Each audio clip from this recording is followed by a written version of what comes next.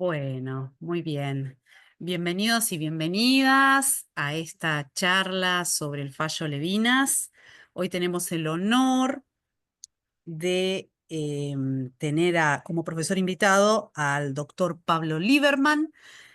Voy a leer su currículum, que es un resumen, por supuesto. Es abogado especialista en inclusión social, posgrado en Derecho Constitucional en la Universidad de Sí. Buenos Aires, titular desde el año 2003 del Estudio Jurídico Lieberman y Asociados, docente de Derecho Constitucional en la Facultad de Derecho y Ciencias Sociales de la Universidad de Buenos Aires, en la cátedra del doctor Daniel Sapsay. Ha sido docente de Derecho Constitucional en la Universidad de Belgrano y en la Universidad Abierta Interamericana, adjunto en Historia de las Instituciones Políticas en Ujú. la UCES, Sí. autor, entre otras obras, de Práctica en Procesos Constitucionales, de editorial D&D, con la cual el colegio tiene convenios, entre otros muy importantes antecedentes. Bueno, nosotros habíamos pensado desde la Secretaría Académica, yo soy la vicepresidenta primera del colegio y secretaria académica, habíamos pensado en abordar el tema del fallo Levinas, especialmente para los colegas y las colegas que litigan ante la Corte Suprema de Justicia de la Nación a través de los recursos extraordinarios, que los hay, ¿sí? Y además tratar todas las implicancias políticas que tiene el fallo Levinas y luego estas resoluciones plenarias de las cámaras, cómo juegan, cómo van a impactar. Y me pareció, bueno, muy pertinente que el doctor Lieberman, quien ejerce la profesión, nos traiga toda su expertise. Así que, Pablo, bueno, te cedo la palabra. Bueno, Luego tú le comentarás a los colegas y las colegas cómo preferís, si preferís que las preguntas se hagan al final o que sea más bien un diálogo. Bueno, ahí ya manejate como vos prefieras. perfecto. No, la idea me Bien. parece, ante todo, muchas gracias, ¿no? Por supuesto. Eh, sí, lo podemos seguir haciendo dialogando. Yo voy abriendo los chats de a poco, ¿no? Y un poco lo que venía conversando antes de la grabación, ¿no? Digamos que el caso de Levinas va a ser un poco también la excusa de hablar en cierta manera del rol institucional de la Corte Suprema de Justicia. Cuando uno también, ¿no? Yo creo que la profesión, decía, ¿no? La mirada mía es práctica, pero también tiene que tener algo de teoría, ¿sí? Porque a veces cuando uno hace un recurso extraordinario, en realidad yo le estoy hablando, a ver, como siempre, ¿no? Uno cuando hace una demanda, un recurso, cualquier escrito, uno le está, digamos, hablando al juez, ¿no? O al que va a resolver algo. No importa si lo redactó o no el juez, eso no importa. Pero yo, digamos, digo señor juez, ¿no? O sea, supuestamente estoy hablando con el juez. El tema es cuando me dirijo a la Corte Suprema de Justicia, yo no estoy hablando, sí, obviamente estoy hablando con jueces, pero no estoy hablando con cualquier juez, estoy hablando de jueces que forman la cabeza del Poder Judicial, que seguramente muchos de sus sentencias tienen un costado político importante en ese sentido. Tengo que a veces también entender cuál es por ejemplo, ¿no? Cuál es el posicionamiento, especialmente el posicionamiento que tiene la Corte Suprema de Justicia con relación a los poderes políticos, ¿no? Si va a ser una Corte Suprema de Justicia, por ejemplo, el perfil de la Corte Suprema de Justicia, ¿no? Si es un perfil que, bueno, va a estar acompañando ciertas políticas de un gobierno determinado, si va a ser una corte que no va a soslayar el ejercicio del control político, si va a ser una corte activista, por ejemplo, ¿no? Una corte donde que lo vamos a ir viendo, ¿no? Donde a través de sus fallos crea derecho también, ¿no? Crea, digamos, situaciones novedosas o por lo menos en sus palabras genera la consecuencia de que los poderes políticos propiamente dichos se tengan que expedir en algo. Por ejemplo, piensen, vamos a dar distintos temas, distintos ejemplos, quizá acá hay colegas que se dedican a derecho previsional, pero imagínense en los casos Badaro, cuando la Corte decía, miren, fijen ustedes o el Congreso, ¿no? Fije usted un método de movilidad o lo pongo yo de alguna manera. O sea, es muy importante cuando uno le habla a la Corte, también entender incluso sus autores, ¿no? Y su preparación, ¿no? Vamos a dar un ejemplo, yo, perdón que sea autorreferencial, yo me dedico mucho al derecho a la salud, amparo de salud, desde la óptica fundamentalmente del derecho al consumidor. Entonces yo sé que, por ejemplo, ahí está Lorenzetti, que Lorenzetti es, bueno, escribió, realmente le ha hecho, fue muy, más allá de, yo acá no voy a estar criticando a jueces o agarrarán los diarios, agarrarán cada uno, no sé, sé que son personas que son muy criticadas, pero yo hablo de lo técnico. Por ejemplo, Lorenzetti es alguien que escribió mucho de defensa del consumidor, que lo que él redactó en los libros realmente lo puso en las sentencias y fueron de muy avanzada. O sea, yo tengo que saber con qué lenguaje me voy a dirigir, siempre tengo que saber con qué lenguaje me voy a dirigir, pero yo especialmente necesito saber cuál es el perfil institucional de una corte determinada en ese sentido. Si, por ejemplo, a temas de defensa del consumidor le van a dar más importancia o no, si voy con un tema laboral, por ejemplo, de un despido, si estuvo bien hecho o no el despido, seguramente no me lo van a tomar, pero si estamos hablando, por ejemplo, de una tasa de interés determinada, posiblemente sí. O sea, yo tengo que entender, ¿no? En definitiva, cuál es el posicionamiento de la Corte Suprema de Justicia frente, ¿no? al resto de los poderes, ¿no? En ese sentido. Porque nosotros tenemos que entender también que cuando la Corte Suprema de Justicia dicta un fallo, ¿no? Ese fallo tiene una trascendencia muy importante. Al otro día están diciendo, bueno, la Corte dijo esto, se aplica automáticamente, no se aplica automáticamente, no sirve de guía, no sirve para fundamentar. Bueno, poco es eso, ¿no? Creo que el caso de Levinas eh, termina siendo de alguna manera la excusa, ¿no? Para hablar un poquito de la Corte Suprema de Justicia y alguna estrategia para acceder a la corte, ¿no? En el sentido de que, convengamos, ¿no? Uno cuando estudia en la facultad y estudia recursos extraordinarios, primero no lo entendí, no sé, voy a hablar por mí, ¿no? En general no era fácil de entender. Y en segundo término, quizás cuando era estudiante no se imaginaba que en algún momento uno tenía que hacer un recurso extraordinario, pues, porque sí, porque ¿qué decían en la facultad? No, lo que vale en el recurso extraordinario es la firma, ¿sí? Acá hay una persona que la pongo a admitir, ¿no? Me pongo, sí, admito yo. Yo estoy admitiendo, no te Ah, preocupes. o sea, entonces, que seguramente son cosas que a ustedes les habrá pasado. ¿Quién va a hacer un recurso extraordinario? No, vos necesitas la firma, si no, no te dan ni la hora. Y no, no es así. Porque realmente, yo, es cierto, si bien uno no va todos los días a la corte, pero si el caso vale la pena, hay que saber hacer el recurso extraordinario, hay que tener mucha concentración al hacer el recurso extraordinario. El recurso extraordinario es muy técnico, es tan técnico si, que lo formal muchas veces termina siendo mucho más importante que lo sustancial, porque por ejemplo, si yo me excedo en los renglones, si yo no cumplo la cantidad de hojas que establece, por ejemplo, la acordada que regula el acceso a la Corte Suprema de Justicia, el recurso. Directamente, si no acompaño la carátula, ¿sí? Voy a contar una anécdota, ¿no? Yo gané una vez una pensión que pensé que yo la había perdido. Pensé que la iba a perder. En primera instancia la gané, dije, "Bueno, qué sé yo. Bueno". En segunda instancia se ganó, yo pensé que realmente se perdía. Y ANSES interpuso un recurso extraordinario. ¿Pero qué le pasó? Se olvidaron de la carátula. ¿Qué le dijo la Cámara? Mire, por no cumplir la formalidad, se rechaza sin límite. Y quizás el recurso estaba bárbaro, estaba perfectamente redactado. O sea, hay que ser muy cuidadosos, que no nos pasa quizás con otro tipo de recursos, ¿no? A ver, revocatoria, apelaciones, bueno, no. Listo, hasta los es apurado a veces, bueno, copiar, pegar, así, todas las mañas que seguramente uno también, o los mañas, ¿no? Se está grabando, ¿no? Pero es como andar en auto, ¿no? Las mañas que uno va teniendo a veces como conductor, ¿no? En definitiva, porque es así el trabajo, en definitiva.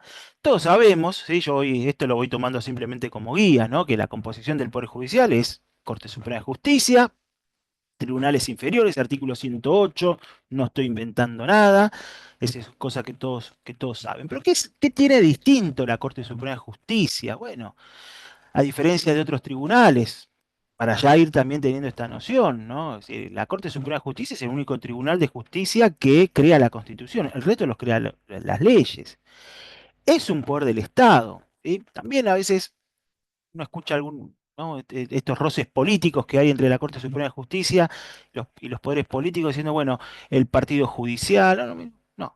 A ver, es un poder político de la misma manera que lo es el poder legislativo y el poder ejecutivo. ¿Por qué?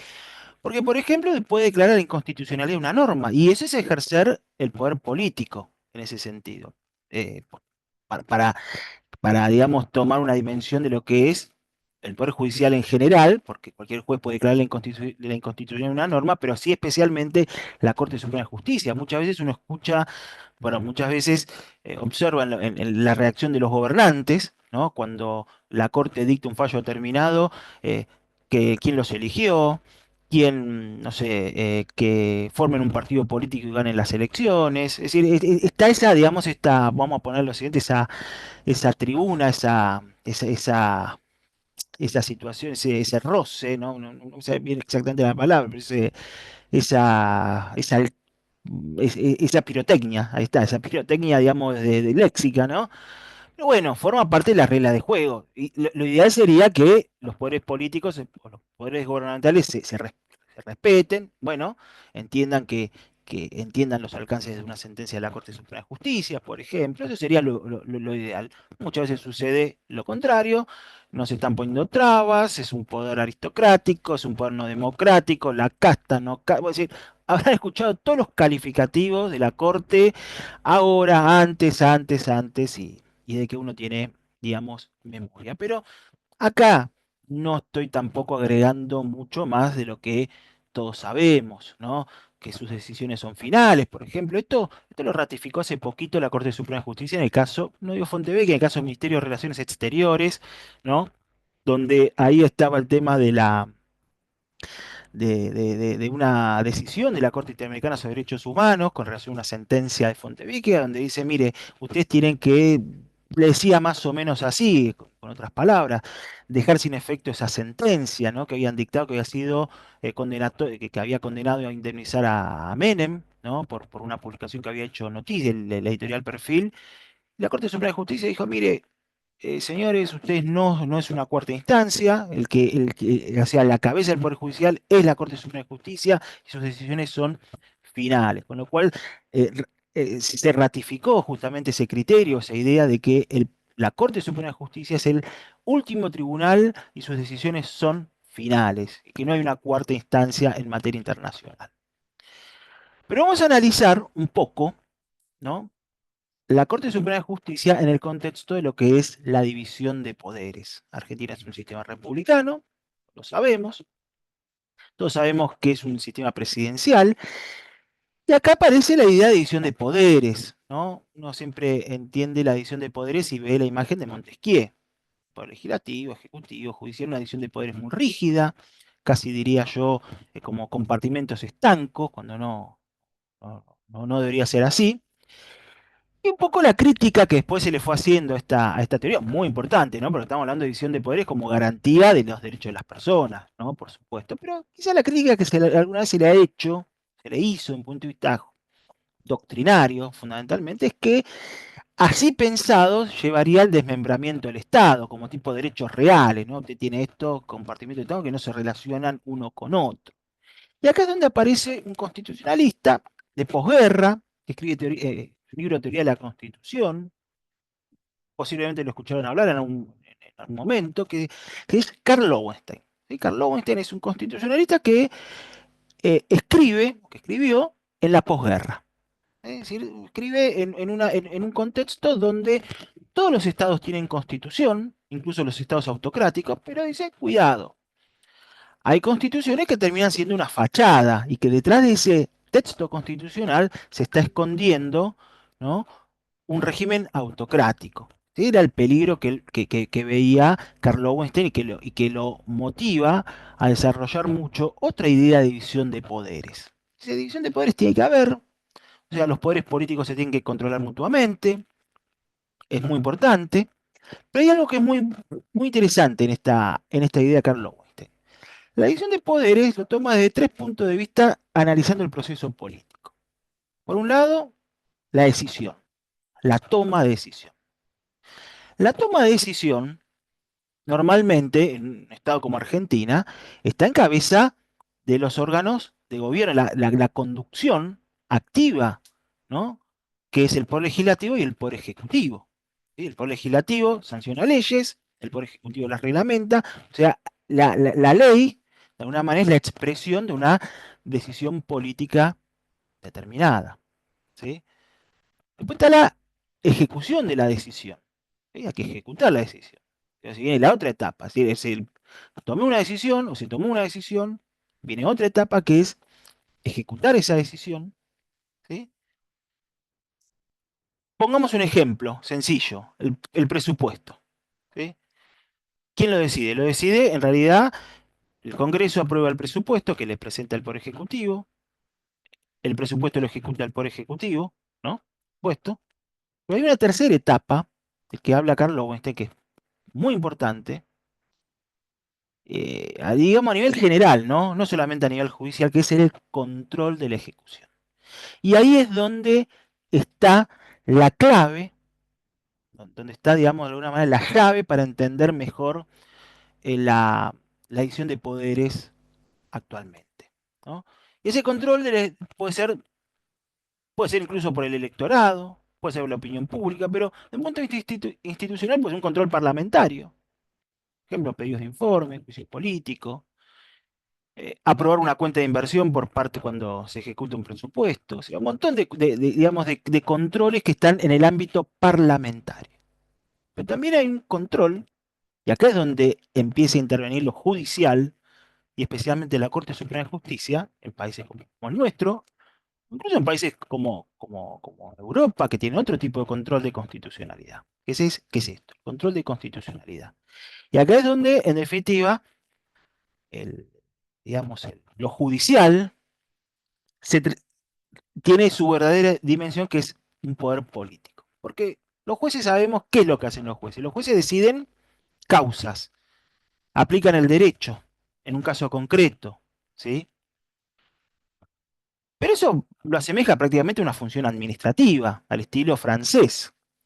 Pero el verdadero, el gran, digamos, me parece a mí la gran función del Poder Judicial es, en algunas hipótesis, ejercer el control de constitucionalidad, que también algunos hablaban, ¿no?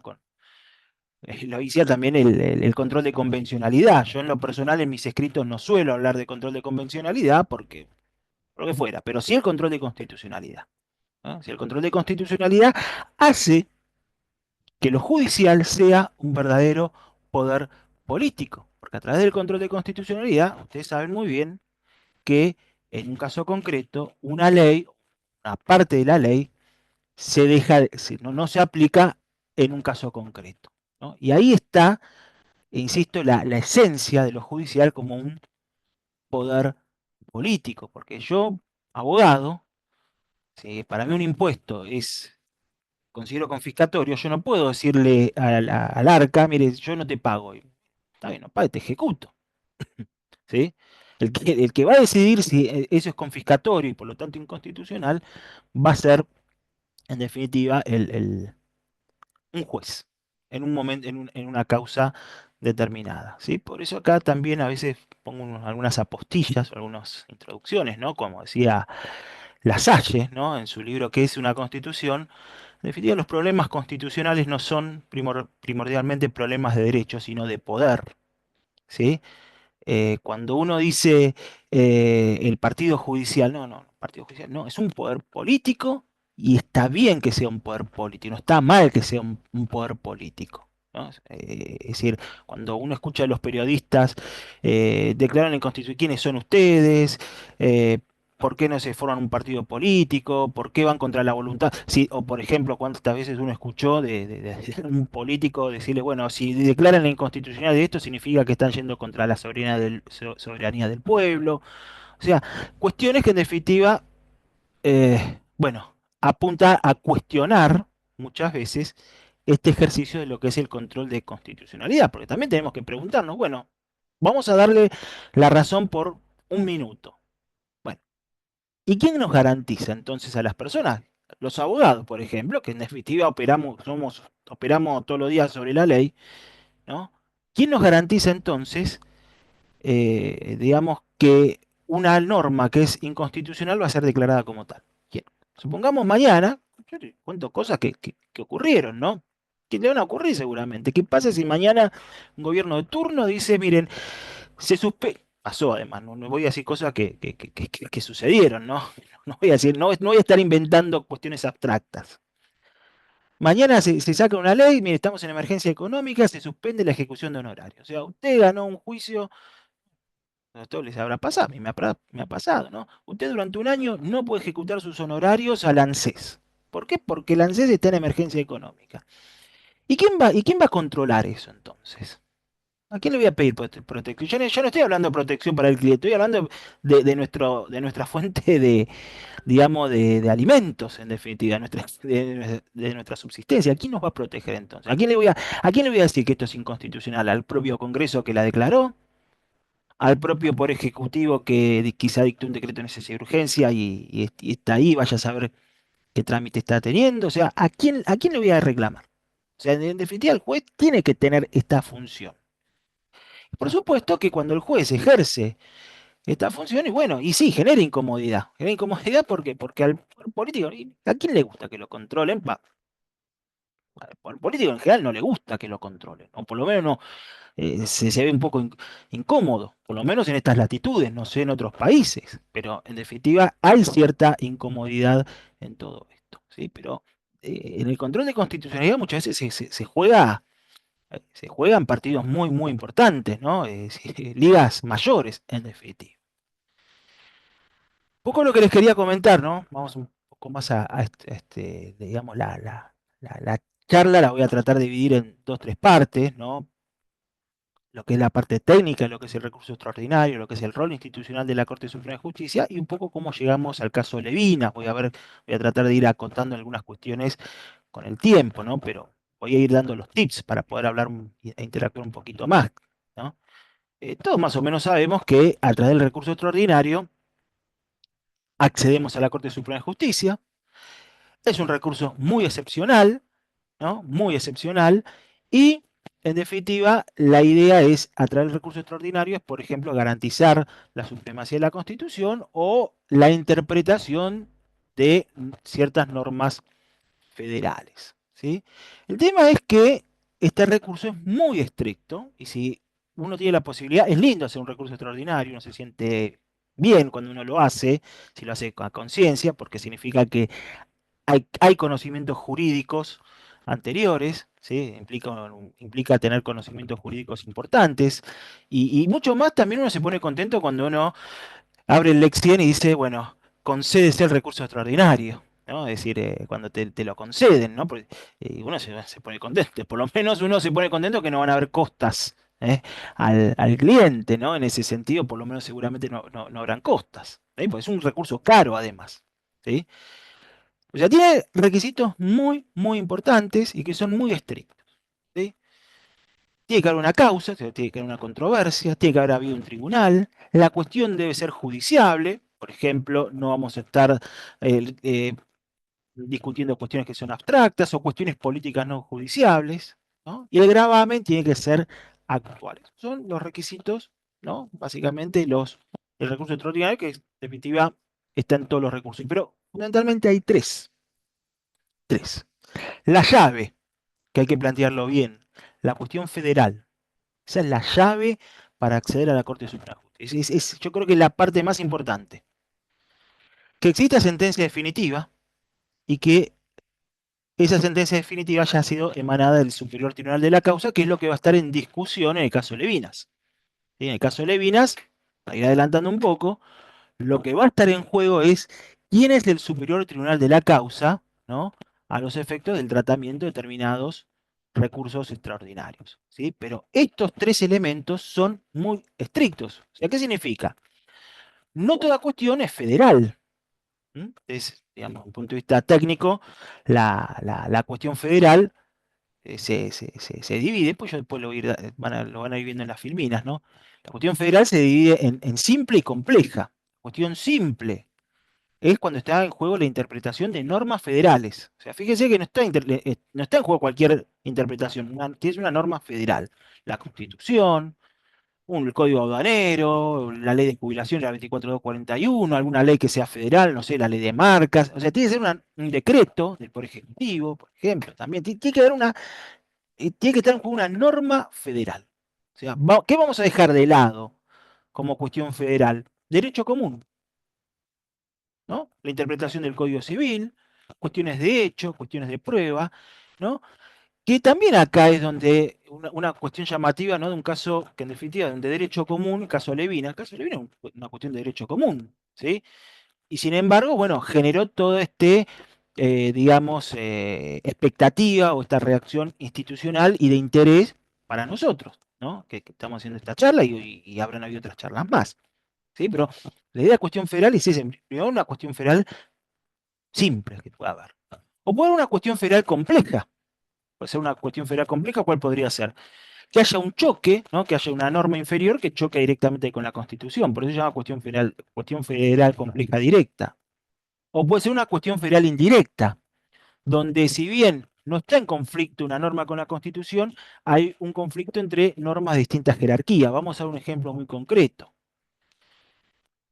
Un decreto reglamentario del Poder Ejecutivo necesariamente tiene que ser inferior a una ley. ¿Sí? No puede un decreto reglamentario del Poder Ejecutivo desnaturalizar una ley. Ahora, ¿qué pasa si ese decreto reglamentario termina contradiciendo, termina, digamos, sí, desnaturalizando esa ley? Bueno, eso va a ser una cuestión federal compleja, indirecta, porque en realidad lo que está en juego es el artículo 31 de la Constitución. Le voy a dar un ejemplo. No sé si alguna vez escucharon hablar de los programas de propiedad participada. Cuando se privatizan las empresas en los años 90, se le tenía que dar bonos de participación a los empleados, ¿sí? El decreto reglamentario, ¿qué es lo que dijo? Que esas empresas no estaban obligadas a emitir esos bonos. Y eso generó después, bueno, todo casos judiciales, todo. Caso que incluso llegó a la Corte Suprema de Justicia, un caso Gemelli, por ejemplo. Pero ahí estaba en juego un decreto reglamentario con una ley, ¿sí? Acá, bueno, estamos hablando, ¿no? Por supuesto, de lo que es la cuestión federal, que, como decía antes, la llave para el acceso a la Corte, ¿sí? Que esto está explicado y lo van a ir viendo. Sentencia definitiva, ese es el otro requisito que tiene que haber. Es decir, la sentencia definitiva, ¿sí? Yo no puedo ir por cualquier cosa a la Corte, tiene que haber una sentencia definitiva. Usted sabe que sentencia definitiva es la que pone fin al litigio o impide que continúe el proceso. Por ejemplo, una caducidad de instancia, una excepción de prescripción. No son sentencias que resuelven el fondo del asunto, pero impiden que continúe. ¿Correcto? Acá viene el tema del otro requisito, el Tribunal Superior de la Causa. Perdón, el Superior Tribunal de la Causa. La Corte Suprema de Justicia fue teniendo distintas posiciones con relación al Superior Tribunal de la Causa, que va a ser también la clave para entender el caso Levinas. ¿Qué es lo que nos dice la Corte Suprema de Justicia ya a partir de muchos fallos? Que es una doctrina ya arraigada. Miren, si lo que está en juego es una cuestión federal, ¿sí? Una cuestión federal, simple, compleja, vamos a ver sentencias arbitrarias, lo que sea, dentro, digamos, de lo que es una provincia, tiene que haber intervenido todos los órganos judiciales para poder expedirse sobre esa cuestión federal. Eso es lo que le está diciendo, digamos, la Corte Suprema de Justicia con el concepto de lo que es superior tribunal de la causa. ¿Qué significa esto? Que si, por ejemplo, supongamos vamos a una jurisdicción provincial, ustedes están planteando la inconstitucionalidad del artículo 245 de la Ley de Contrato de Trabajo, por ejemplo. O sea, es una norma común, derecho común, la Ley de Contrato de Trabajo, pero dicen, miren, este método de indemnización contradice el artículo 14 bis de la Constitución, ¿sí? Entonces, supongamos que el juzgado de primera instancia me falla en contra, juzgado de segunda instancia no sé, en contra. Yo no con eso, no me puedo ir a la Corte Suprema de Justicia, yo tengo que ir al Superior Tribunal de Justicia, por ejemplo, de Buenos Aires. Porque el Superior Tribunal de Justicia de la Provincia de Buenos Aires puede considerar que la redacción actual del artículo 245 puede contradecir o no satisface la garantía constitucional del artículo 14 bis de la protección frente al despido arbitrario, por ejemplo. O sea, si hay una cuestión federal, tienen que ser todos los órganos o todas las instancias judiciales de la provincia correspondiente que debe, digamos, resolverse, ¿sí? Y esto es lo que, en definitiva, también va a ser, me parece a mí, la clave para entender el caso Levy. Así, bien, hasta ahora alguna avanzo, ¿no? No quiero tampoco meterme con cosas que posiblemente lo conocen, pero, o ser repetitivo en algunas cuestiones. Bueno, sigo entonces. Ahora, fíjense que el recurso extraordinario, como le dije antes, es un recurso muy estricto, recurso un remedio muy, vamos a ponerlo en estos términos, muy complejo de hacer, requisitos muy concretos, que uno no se puede ir de esos requisitos. Si uno no cumple con esos requisitos, no se va a tratar de recurso extraordinario, no lo van a conceder de ninguna manera. Pero la Corte Suprema de Justicia, a lo largo de su historia, ¿qué es lo que hizo? Fue flexibilizando esos requisitos, fue flexibilizando el concepto de cuestión federal, es el que más se flexibilizó el concepto de sentencia definitiva, ¿sí? También lo flexibilizó, y también flexibilizó el concepto de Tribunal Superior de la Causa, a través de distintas categorías jurídicas o jurídicas procesales que fue creando a lo largo de su historia, ¿sí? ¿Y cuáles son esas posturas o esos modos de flexibilizar el acceso a la Corte Suprema de Justicia? La sentencia arbitraria, pero es el más importante, es el que muchas veces invocamos también, porque también nos pasa, ¿no? Yo estoy hablando con colegas, también lo hablaba, ¿no? Es muy probable, muy general que últimamente uno se encuentra a veces con sentencias, bueno, raras, ¿no? En su redacción, en su razonamiento, en su lógica. O sea, hay muchas sentencias que son arbitrarias, ¿sí? Gravedad institucional también es otro, también que lo fue introduciendo en la Corte Suprema de Justicia, ¿no? La doctrina de la gravedad institucional. El abogado de a pie en general no va a invocar gravedad institucional, es muy raro, es muy raro realmente. Sentencias asimilables a definitivas, eso sí, también es algo que el abogado de a pie lo tiene que saber, porque posiblemente se encuentre a veces con situaciones que, si bien no son sentencias definitivas, se asemejan bastante a eso. Y el per saltum, que también es muy raro, digamos, que un abogado como yo, no conozco tanto al resto, digamos, nos topemos en algún momento, ¿sí? La sentencia arbitraria, ¿no? La clase de la sentencia arbitraria, la que se fue, digamos, la que primero desarrolló la Corte Suprema de Justicia. La Corte Suprema de Justicia en el año 1909, en el caso Rocha con Rey, incorpora esta idea de sentencia arbitraria, una sentencia que no tiene fundamentos, que es por la mera voluntad del juez, ¿no? Y de alguna manera, ¿qué es lo importante de la sentencia arbitraria? ¿No? La sentencia arbitraria, cuando la Corte Suprema de Justicia declara o considera que una sentencia es arbitraria, lo que está haciendo de alguna manera es un control de constitucionalidad sobre esa sentencia. Está diciendo, mire, esa sentencia va en contra del derecho a propiedad. Porque ¿qué es lo que pasa? El artículo 17 de la Constitución, ¿qué es lo que nos dice? Que nadie puede, que la propiedad no puede ser privada, por ejemplo, a través de una sentencia fundada en ley. Ahora, ¿qué pasa cuando una sentencia no está fundada en ley? Evidentemente va a ser arbitraria y ahí es donde ingresa este razonamiento de que hay hipótesis donde la sentencia que se fue construyendo en la instancia, las distintas instancias anteriores a la Corte, en definitiva, no cumplen este requisito que sea una sentencia fundada en ley. Le voy a contar una anécdota.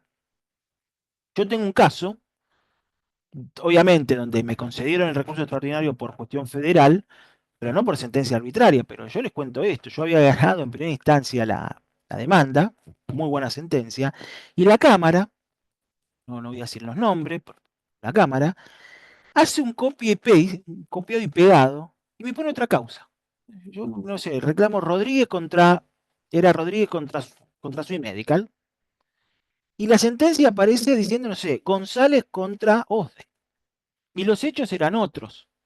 O sea, ya empezamos incluso con los actores, con los sujetos procesales distintos. Y el resto era, o sea, me habían trasladado otra sentencia, porque además eran otros los hechos, a esa sentencia. ¿Sí?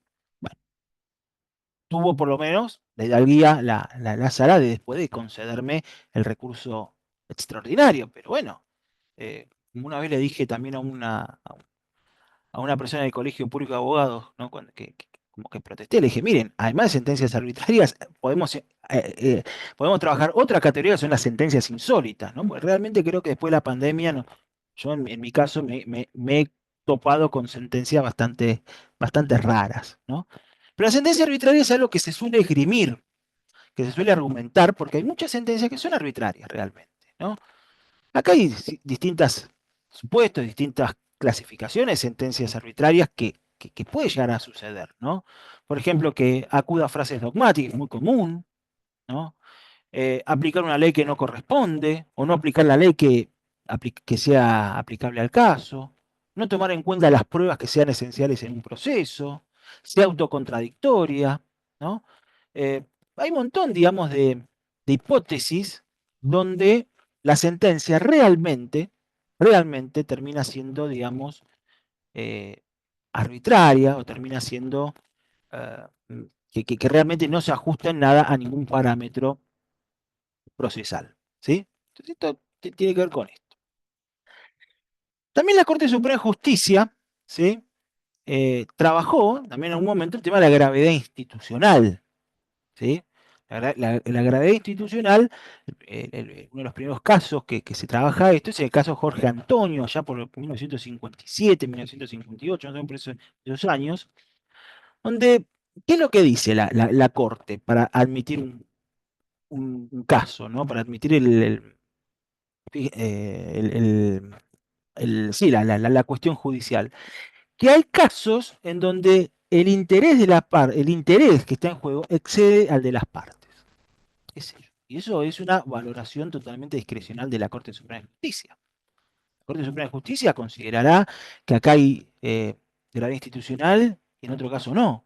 Es decir, ¿quién es el juez? En definitiva, fíjense que acá ya estamos hablando de mucha discrecionalidad. Lo mismo también de las sentencias arbitrarias. Fíjense cómo nos vamos alejando digamos, de lo tan rígido que es de una cuestión federal, ¿no? Que es muy rígido. O sea, la sentencia arbitraria, bueno, para mí es arbitrario, para vos no. Ahora, si es cuestión federal, es cuestión federal, no hay mucha discusión. Si está en juego la interpretación de una norma federal, hay cuestión federal simple, punto. No hay mucho que discutir ahí.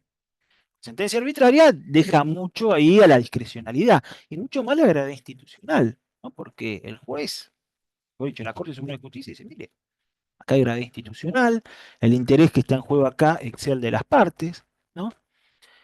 Y fíjense cómo, de alguna manera, tanto la sentencia arbitraria como la gravedad institucional lo que hacen es flexibilizar el concepto de cuestión federal. ¿Sí? La cuestión federal ahí se empieza ya con estas dos doctrinas a flexibilizar bastante, en definitiva. Ni hablar del per saltum. En el per saltum, ¿qué es lo que falta en el per saltum? O el salto de distancia. Falta el superior tribunal de la causa. O sea, ya ahí ya hay otro requisito que se flexibiliza, que es el superior tribunal de la causa.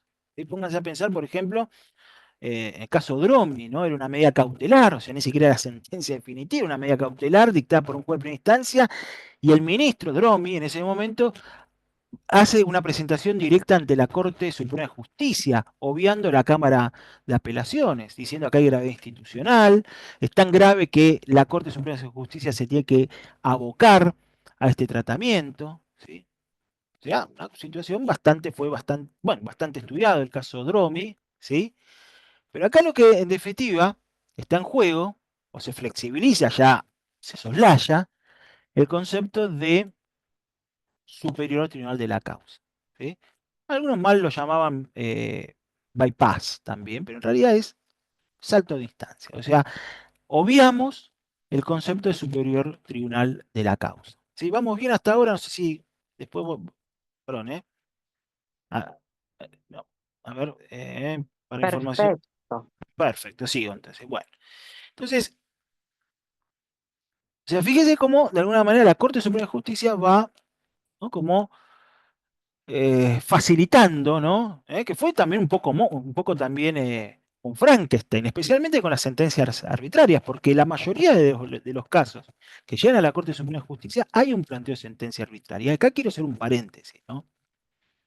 Es decir, los abogados tenemos que ser responsables cuando interponemos un recurso extraordinario. No puedo yo cualquier cosa calificar como sentencia arbitraria. O sea, una cosa que no me guste y otra cosa que sea arbitraria. Es decir, creo que tampoco hay que abusar, el abogado creo que tampoco tiene que abusar de este concepto, en definitiva. Pero bueno, tiene que buscar otros remedios, en definitiva. Pero uno lo plantea, yo, bueno, por eso de buena fe, por lo menos me autocalifico de esa manera. Trato de ser muy respetuoso, aunque no me gusten de las sentencias. Aunque, bueno, las considero injustas, que podría haber fallado de otra manera, pero no significa que sea necesariamente arbitraria. ¿Sí?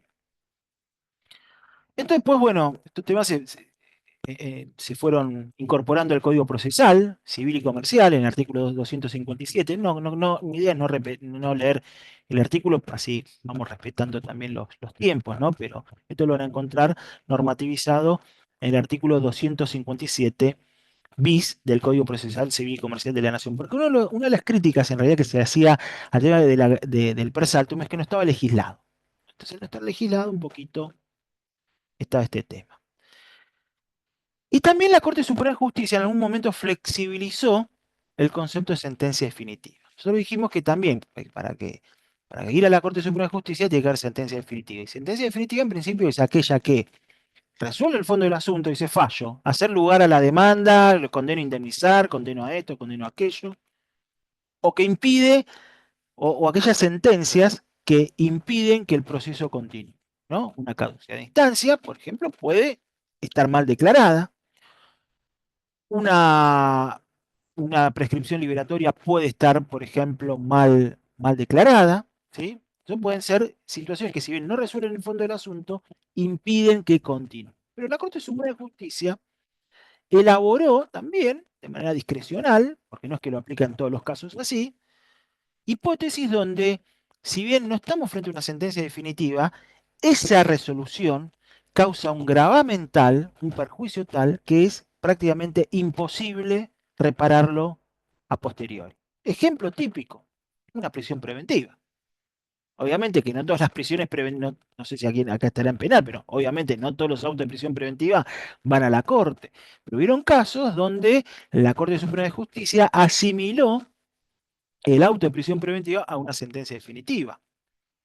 O algunas medidas cautelares, por ejemplo, ¿no? Yo trabajo mucho en el ámbito de salud, cuando, no sé, supongamos una medida cautelar que les genere a una obra social, una prepaga, un costo exorbitante para un tratamiento que ni siquiera sabemos si va a tener eficacia o no, que están experimentando, que voy a decir, mire, escucha una cosa, voy a la corte, porque esto qué pasa, yo se lo voy a dar, no va a servir, la caución que está prestando no sirve para nada, y en definitiva mañana yo puedo llegar a ganar, le puedo llegar a rechazar la demanda, y ya está, y no hay nada que me repare el efecto de esta medida cautelar, por ejemplo. Sí, pero estos casos muy contados. No es que a mí me rechacen una medida cautelar, por ejemplo, y me voy a la corte. De ninguna manera. Yo me acuerdo en el 2020, cuando hablaba, esto, bueno, cuando estábamos todos en pandemia, habían sentencias, la verdad, que claramente no me gustaban, no las entendía, en algunos casos incluso les contaba esto, ¿no? Está el copiado y pegado.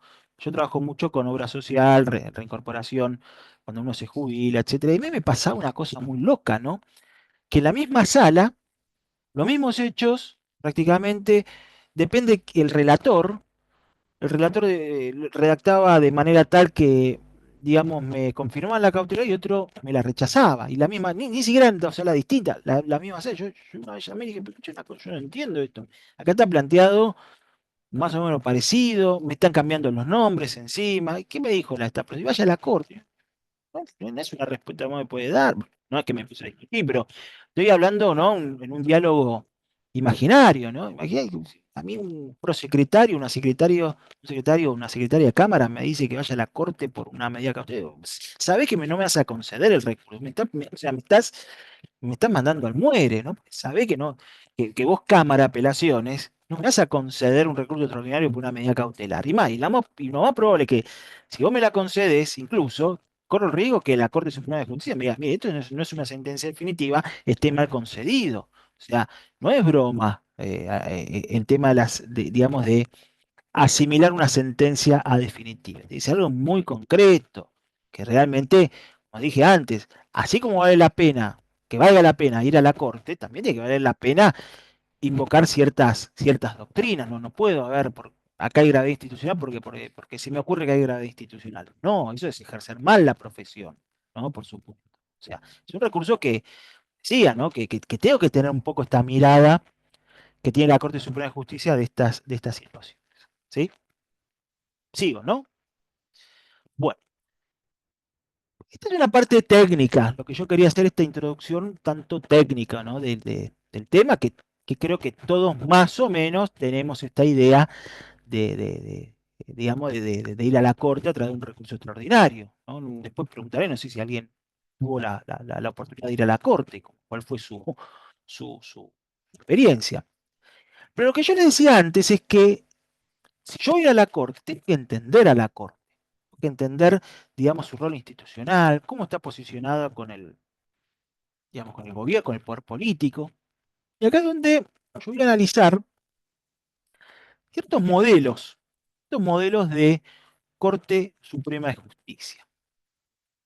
Cito a Francisco de Quevedo, ¿no? Una frase muy conocida que nunca está de más recordarla. Donde hay poca justicia, es un peligro tener razón. ¿Sí? Y acá es donde los abogados, los ciudadanos, esta es para todos, que necesitamos realmente una buena Corte Suprema de Justicia, una Corte que realmente asuma su rol institucional que tiene, que le dio la Constitución, que le dio. Porque, ¿qué pasa? Yo no voy a ir a tocar la puerta de la Casa Rosada porque nadie me ate más. No solamente nadie me atiende, probablemente me metan preso. El Congreso tampoco, en lo suyo. Yo la única puerta que puedo tocar es el Poder Judicial. Juez de primera instancia, juez de segunda instancia, ¿no? Incluso a veces lo que cuesta pedir una audiencia, cuesta en el sentido, ¿no? Digamos, de que te la den, ¿no? Porque no todo. Hoy tuve una audiencia, por ejemplo, y uno estaba contento, ¿no? Porque realmente se nota que el juzgado trabaja ese caso. Si uno pide una audiencia, te la dan. O sea, uno tiene una puerta donde tocar, pero el juzgado, ¿qué? Si uno pide audiencia, no te la dan, te dirán por considerarlo innecesario no al lugar, pero realmente el Poder Judicial, digamos, es la única puerta que podemos tocar, en definitiva. Sí, por supuesto, podremos mandar un mail a un legislador, pero de ahí que nos dé bolilla es otra cosa, ni hablar el presidente. O sea, es el único, digamos, lugar, ¿no? donde, digamos, uno puede realmente sentirse que vive en un Estado de Derecho. Uno puede entender en las reglas de juego que dos diputados se agarraron a trompadas, hasta lo admito, lo entiendo si quieren, no lo justifico, por supuesto, pero entiendo esa lógica.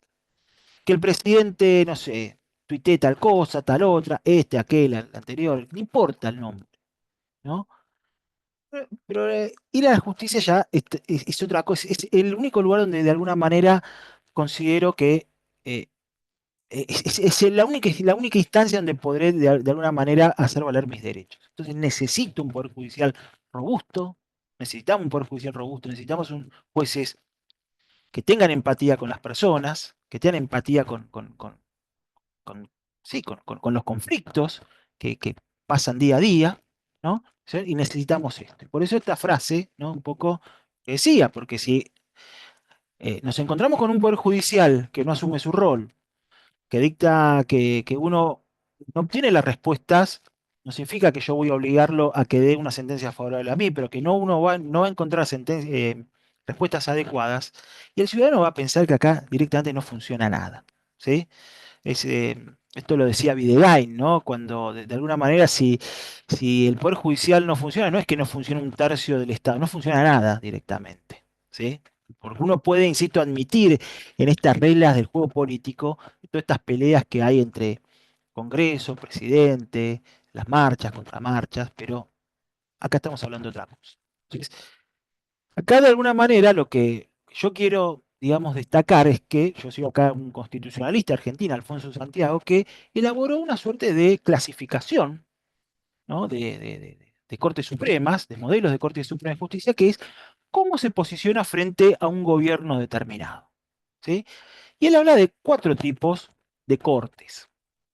Corte permisiva, una corte moderadora, una corte hostil y una corte activista. Creo que este es un poquito lo que un poco nos va a enriquecerme, que me gusta de esta charla, ¿no? El resto también, ¿no? Pero esto es lo que a mí me gusta mucho exponer, ¿no? Porque creo que nos hace entender un poquito a través de estos modelos de corte, qué tipo de corte tenemos y qué tipo de corte queremos o pretendemos tener, ¿sí?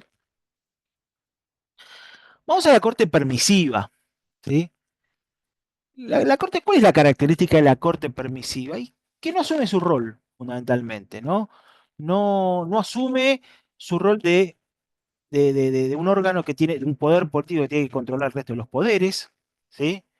Eh, o lo hace de manera, digamos, lábil, no se la juega, no le interesa tampoco ejercer el control, ¿no? El control judicial en casos que correspondan.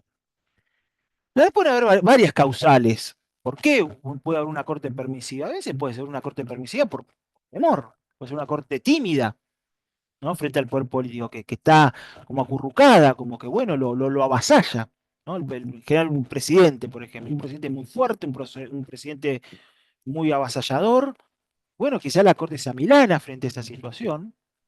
O a veces todo lo contrario, es una corte que es permisiva porque está consustanciada con esas políticas, por ejemplo, ¿no? O sea, en definitiva está de acuerdo con esas decisiones que toma, por ejemplo, vamos a poner un presidente, ¿sí? Vamos a dar un ejemplo de corte permisiva, el ejemplo típico. Eh, la corte del primer gobierno de Perón, ¿sí? Perdón, acá no quiero entrar en discusión si fue bueno o malo, no se trata de eso, pero realmente la primera corte de Perón, la corte peronista, llamada corte peronista, una corte totalmente permisiva, no le declaró una sola inconstitucionalidad al gobierno. Y es más, una de las características, ¿no? de la Corte Suprema de Justicia permisiva es que las decisiones no son acertadas, no son correctas, no se ajustan a derecho. Le voy a dar un ejemplo. Caso de 1948. No sé si alguien alguna vez escuchó hablar de Merquímica. Caso Merquímica. Sí, Caso sí, Merquímica. es un caso que suelo dar en mi materia, en Derecho Internacional Privado. Claro, claro. A Merquímica, ¿qué hizo la Corte Suprema de Justicia? En definitiva, convalidó la confiscación de propiedad de una empresa alemana y otras empresas más. ¿Por qué? Porque Argentina le había declarado la guerra a Alemania, al eje, en realidad al eje, realmente a Alemania, no importa cuándo se declaró, si el último día, el anterior, no importa, había hecho un acto de declaración de guerra y como consecuencia de ese acto de declaración le había confiscado, ¿no? Le había tomado propiedad de lo que se consideraban enemigas. Entre otras cosas, por ejemplo, Merck, que era una empresa seguramente farmacéutica, ¿sí? Y bueno, la Corte lo convalidó, por ejemplo. O la Corte, por ejemplo, convalidó la Corte Suprema de Justicia en aquel momento, por ejemplo, que le saquen los fueros a Balbín y que lo sometan a otro tipo de procesos distintos al que para el cual se lo había desaforado, por ejemplo, ¿no? Puedo dar otros ejemplos, ejemplo Bember, la empresa Bember, que también hubo una ley especial que lo que hizo fue desmembrar una empresa determinada y una ley no era una ley general, una ley para esa empresa determinada. O sea, hay muchos ejemplos en ese sentido. Un laboralista, Locati, ¿no? Que le habían puesto una consigna policial en su estudio jurídico, una cosa así. O sea, digamos, la corte de esa época, esa corte, fue muy permisiva, muy permisiva. Otro ejemplo de corte permisiva, uno podría decir, bien, la famosa mayoría automática, ¿no? La corte de los años 90, ¿no? La corte de los años 90 que, bueno, convalidó decisiones que no eran acertadas, ¿no? Caso Cochia, que justificó una delegación amplísima de atribuciones, caso Rodríguez, caso Dromi, por ejemplo. Dromi, bueno, también de buenas a primeras enchufaron ahí un presalto. Si la corte de los 90 fue también una corte muy, muy permisiva en cuanto a no ejercer, digamos, eh, el control, el control judicial en casos donde realmente tenía que ejercerlo o de alguna manera fijar alguna pauta, ¿sí? una pauta en ese sentido. O sea, esa es un poco la característica de las cortes permisivas. O sea, ahí ya no tenemos a quién recurrir, digamos. Si nosotros si tenemos un modelo corte permisiva donde realmente, a ver, lo que carece, en definitiva, una corte permisiva, en definitiva, es independencia. ¿Sí? Es una corte que, por eso, se la califica de esta manera, ¿no? O sea, acá falta absolutamente la idea de independencia. ¿Sí? Después aparece otro modelo muy interesante también, que es la corte moderadora. Una corte es difícil encontrar fallos, no es que sea difícil, digamos, es como el ideal de alguna manera, ¿no? Por supuesto, una corte moderadora es independiente, asume ese rol institucional como, como cabeza del Poder Judicial, ¿sí? ¿Pero qué es lo que hace que sea moderadora? Primero acepta, no se entromete en competencias ajenas, pero fundamentalmente, qué es lo que sucede? Una corte moderadora puede acompañar una política determinada. Puede decir, porque ¿qué pasa? Los gobiernos cuando asumen, fijan una política económica, por ejemplo. Una política privatizadora, una política menos privatizadora, una política que apunta acá, allá. O sea, en general puede ser una corte que acompañe esa política, la convalide. Lo que no va a convalidar, lo que no va a aceptar esa Corte Suprema de Justicia, por ejemplo, son arbitrariedades, que en el marco de una política económica que acompaña, ¿no? Por ejemplo, privatizaciones, supongamos, ¿no? A ver, hoy estamos frente a un modelo económico donde, bueno, privatizador, apunta acá, apunta allá, pero la Corte Suprema de Justicia no va a admitir, por ejemplo, no sé, que se derogue, no sé, que el trabajador no pierda derechos laborales determinados, que pierda el derecho a ser indemnizado, por ejemplo, ¿no? O sea, no va a admitir ese tipo de medidas. Va a acompañar posible, o no, o va a ejercer un control judicial, bien, puede declarar la inconstitucionalidad de determinadas normas, pero de alguna manera eh, va a fijar pauta. Por ejemplo, vamos a suponer lo siguiente, ¿no? Se declara la emergencia económica, que es muy común. Argentina vive hace un montón en emergencia económica, ¿no? Desde el año 1922, es decir, Ercolano con Lanteri, 1922 hasta ahora. Bueno, puede suceder que sea una corte que diga, mire, yo lo acompaño durante 2 años, 3 años, pero no puede una emergencia permanente. O sea, va a fijar pauta, va a fijar puntas, ¿sí? Lo que es la corte moderadora. Por eso es más difícil posiblemente encontrar algunos fallos concretos de corte moderadora. No digo que no haya eso, pero vamos a dar un ejemplo. Cuando la Corte Suprema de Justicia abandona o empieza a abandonar la doctrina de las cuestiones políticas no judiciales, ahí ya estamos teniendo un perfil más moderador. ¿Porque qué pasaba? ¿Qué significaba esto? Se declara el estado de sitio. Listo, ya está. ¿Qué te decían? La declaración de estado de sitio es una cuestión política no judicial. Punto. Se acabó la discusión. No. La Corte Suprema de Justicia va a ir diciendo, no, mire, escucha una cosa. El acto de declaración de estado de sitio cierto, es una cuestión política no judiciable, pero, cuidado, las medidas que se tomen dentro de ese estado de sitio, bueno, tenemos que analizar su razonabilidad, por ejemplo. Les doy otro ejemplo, ¿no? El famoso caso Fight. Bueno, vino el caso Schifrin, donde hizo un control judicial sobre nada más ni nada menos sobre la reforma constitucional, donde también estaba en juego algo de los jueces, ¿no? El tema de la edad. Donde dice, mire, declarar la necesidad de reforma es una cuestión política no judicial, pero cuidado, eh, vamos a nulificar aquellas cuestiones que no hayan estado sujetas a reforma. O sea, cuando la Corte Suprema de Justicia empieza a reperfilar la idea de cuestiones políticas no judiciales, ahí ya estamos frente a un buen ejemplo de lo que podría ser una corte moderadora. Volvemos a lo que dije antes, ¿no? A la Corte Suprema de Justicia llegan cuestiones muy políticas, ¿no? Muy institucionales, en definitiva. Son fallos institucionales. Ustedes recuerden que la Corte Suprema de Justicia, sus fallos tienen características de ser institucionales, porque si bien se aplican al caso concreto, tienen irradia tanto, ¿no? Que uno lo toma en cuenta. Vamos a ver un ejemplo.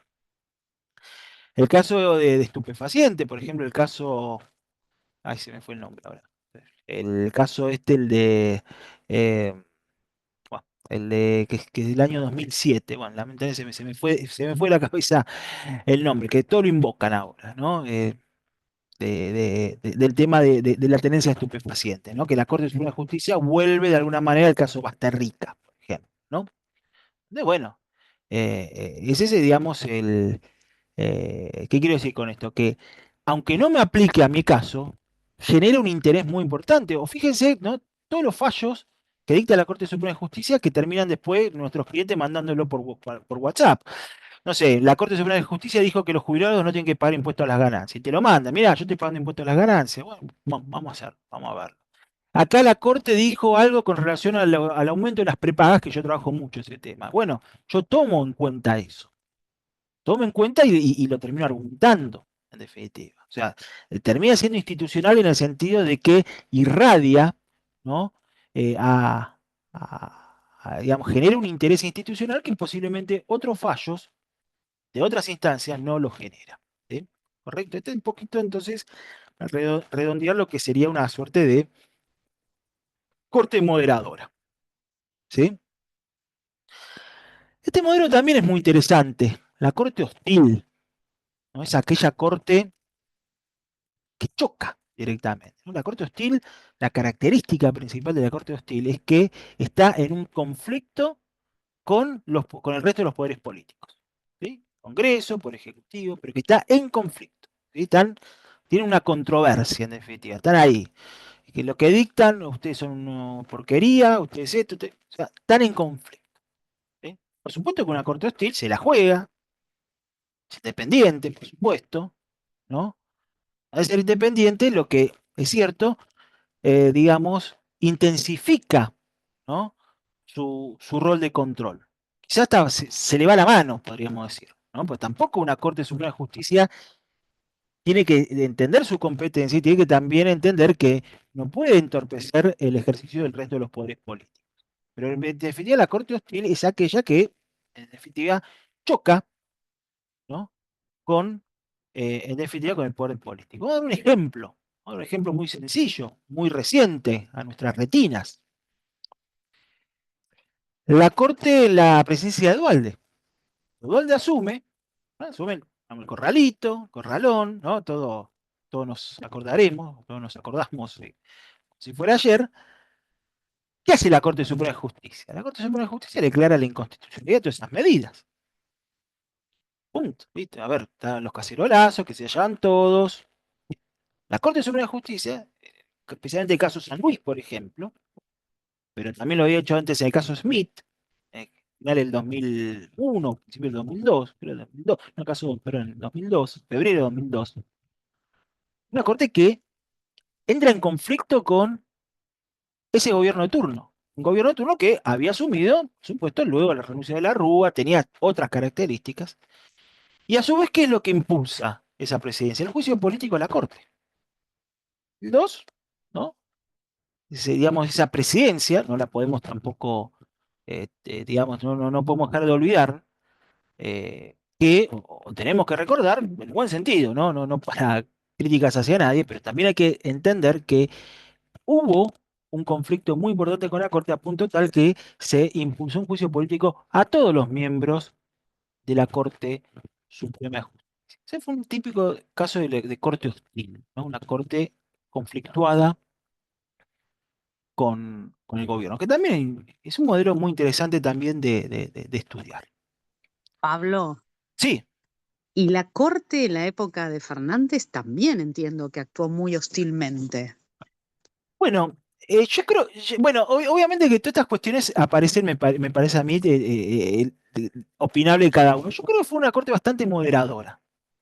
Yo creo que la corte a ver, yo creo lo siguiente, ¿no? Que a partir del 2003, ¿no? Cuando se renueva la Corte Suprema de Justicia, cuando asume Kirchner, yo creo que hay algo que, a ver, cuando asume Kirchner y también impulsa un juicio político a los jueces que habían fallado en contra del corralito, yo creo que lo que tuvo a partir de esa época, me parece a mí, de poner personas que tengan un buen currículum. O sea, puede gustar o no Zaffaroni, pero nadie me va a discutir el nivel, digamos, como jurista de Zaffaroni. Lorenzetti, por ejemplo, ¿no? En esa época ingresan Zaffaroni, Lorenzetti, Hayton de Nolasco, eh, también había una jueza Argibay. Está bien, quizá la crítica, ahora después les voy a decir, ¿no? Bueno, crítica, quizá algunas críticas a las cortes, pero me parece que, digamos, tuvieron el tino, por ejemplo, de, a mi entender, de elegir personas que tengan un peso, digamos, intelectual, un capital intelectual que le puedan plantar mañana, que se puedan plantar frente al poder político, que tengan realmente de dónde agarrarse. Yo la verdad que yo no creo que haya sido hostil, yo creo que la Corte Suprema de Justicia, digamos, fue bastante, pero esto es mi opinión, ¿eh? Es cierto, dictó medidas que no le gustaron al gobierno, por ejemplo, especialmente en la pandemia. Ustedes no sé si se acuerdan cuando fue el tema de la suspensión de las clases en la Ciudad de Buenos Aires. Ese es el fallo el caso que estoy más recordando. Me parece que cumplió su rol digamos, institucional de alguna manera. El caso, por ejemplo, de la coparticipación, si vos me mencionás, ¿no? Que también un caso bastante emblemático, ¿no? Donde bueno, se le quitan puntos de la coparticipación a la Ciudad de Buenos Aires y la Corte Suprema de Justicia dicta una medida cautelar y dice, mire, restituyan estos puntos. En realidad lo que hizo la Corte fue aplicar lo que era lo que es el régimen de coparticipación que está en la Constitución. A mí me parece que es cierto, uno lo podría tomar de hostilidad en el sentido de que las medidas no gustaron para nada. De hecho, le hicieron también impulsar un juicio político, ¿no? Pero me parece que cumplió, para mí, supo de alguna manera contener al Poder Ejecutivo. Lo mismo podríamos decir en la época de Cristina Kirchner, por ejemplo. Hago mención a un fallo concreto, el caso Rizzo, por ejemplo. Rizzo, de alguna manera, a ver, lo que había, la ley que se había sacado era un cachivache, esto de meter a los jueces en una lista para votarlo, para el consejero. La verdad que no cerraba por ninguna parte. Bueno, la Corte dictó la inconstitucionalidad de ese aspecto, ¿no? Lo mismo también, vengo a colación de lo que vos me decís, el caso este de la Corte, del Consejo de la Magistratura, por ejemplo, ¿no? Cuando restituye la Corte Suprema de Justicia a 19 miembros, ¿no? No sé si me siguen en este tema. Yo creo que ahí la Corte Suprema de Justicia actuó de manera tardía, y eso creo que es lo que después terminó impulsando el juicio político. A mí me parece que creo que los miembros de la Corte Suprema de Justicia del 2013 en adelante, más allá de que pueden gustar o no, creo que todos tienen una solvencia técnica importante que no lo tuvieron otros. No voy a dar nombres ahora, pero que me parece que todos los que están en la Corte Suprema de Justicia, gusten o no, tienen una solvencia técnica importante que no es poco. Nosotros, a mí me puede gustar o no Lorenzetti, pero nadie me da. Creo que es indiscutible que el tipo tiene una solvencia técnica que se puede discutir, digamos. Lo mismo que Rosati, Rosenkrantz. A mí Rosenkrantz, quizá un poco la crítica que le puedo hacer que va mucho más, viene la filosofía del derecho, que yo no me genera tanto interés la filosofía del derecho, no porque la desprecie, todo lo contrario, pero a veces no me termina gustando tanto esos enfoques, pero nadie va a discutir digamos, los laureles técnicos y la preparación que tipo tiene, ¿no? O sea, me parece a mí que lo que de positivo, bueno, cosa positiva que tratar de rescatar, digamos, del recambio del 2003, es que se eligieron personas bueno, que tengan antecedentes por lo menos, que sean antecedentes sólidos. Bueno, después sí que seguramente vamos a hablar de las designaciones actuales, pero me parece bueno, depende, insisto, acá es, por supuesto, muy subjetivo de cada uno, pero bueno, evidentemente hubo conflicto, pero no es que fue adrede, no es que dijeron, le voy a trabar el gobierno. Yo creo que la Corte Hostil de alguna manera también lo que genera es neutralizar la política de un gobierno determinado. Por ejemplo, la Corte del New Deal, la Corte Suprema de Justicia lo que hizo fue declararle inconstitucionales muchas normas que hacían al New Deal, por ejemplo, ¿no? Que en definitiva neutralizaban esa política económica, ¿no? En definitiva. Pero bueno, son enfoques, ¿no? Estos enfoques que uno no puede llegar a ver. Y este también es un caso muy interesante de Corte Suprema de Justicia, la Corte, perdón, sigo no pero la Corte activista. ¿No? La Corte activista. Este yo creo es un modelo muy interesante, muy interesante. ¿Por qué? Porque de alguna manera lo que hace la Corte activista, y que creo que también es un modelo para entender el caso Levinas, perdón, el caso Levinas, Lencina es un cliente, Levinas, me parece que es interesante también para entender el rol de la Corte Suprema de Justicia en el caso Levinas, ¿sí? Que me parece que va por ese modelo. ¿Qué es lo que hace la Corte activista? Se adelanta a las decisiones del poder político. Es decir, hay un letargo, hay una omisión o hay una morosidad en el poder político de tomar ciertas decisiones. ¿Y qué es lo que hace la Corte activista? Las crea ella, ¿no? Por eso acá está entrecomillado, tiene como un rol pretoriano. Termina a través de esa sentencia creando derecho, creando normas jurídicas o creando criterios que después se van a plasmar al poco tiempo en normas jurídicas. Vamos a ver ejemplos para que se entienda. El caso Siri y el caso Cot, ¿no? En el caso Siri y el caso Cot nace el amparo, ¿no? ¿Vieron cuando dicen que el amparo es de creación pretoriana en Argentina? Bueno, ¿por qué? En definitiva, no está en una ley, lo que hace lo que hace la Corte Suprema de Justicia es decir, lo pongo yo. Pero vamos a ejemplos más actuales. Una Corte Suprema de Justicia muy interesante de estudiar, muy interesante, es la Corte de la época de Alfonsín, la Corte de 1983 a 1989. Supuesto que yo creo que algunos consideran que es una de las mejores, si no la mejor, la de las mejores Cortes Supremas de Justicia, por todo lo que había alrededor, el contexto, veníamos de una dictadura, o sea, es una Corte Suprema de Justicia que, digamos, se tiene que en definitiva tener una iniciativa justamente para diferenciarse y para marcar el nuevo rumbo, ¿no? que tenía el Estado argentino, consolidar las instituciones, consolidar el sistema democrático, ¿no? Consolidar, por ejemplo, el ejercicio de los derechos de las personas. Se voy a dar un ejemplo que seguramente ustedes habrán escuchado hablar, de un modelo bien de corte activista. El caso Sejian. ¿Se acuerdan del caso Sejian, no? Que lo que hace la Corte Suprema de Justicia es declarar la inconstitucionalidad de lo que era la ley de matrimonio civil, que impedía el divorcio vincular y que las personas puedan contraer unas nupcias. Bueno, caso Sejiaño, en 1986, la Corte Suprema de Justicia dicta ese fallo y al poco tiempo se modifica el Código Civil en ese aspecto, ¿no? Un modelo típico ejemplo de un fallo en tónica de una corte activista. Vamos un poco más cercano en el tiempo, ¿no? El caso Alavi. Entonces, voy a este que me interesa bastante. Todos escucharon hablar alguna vez del caso Alavi, ¿no?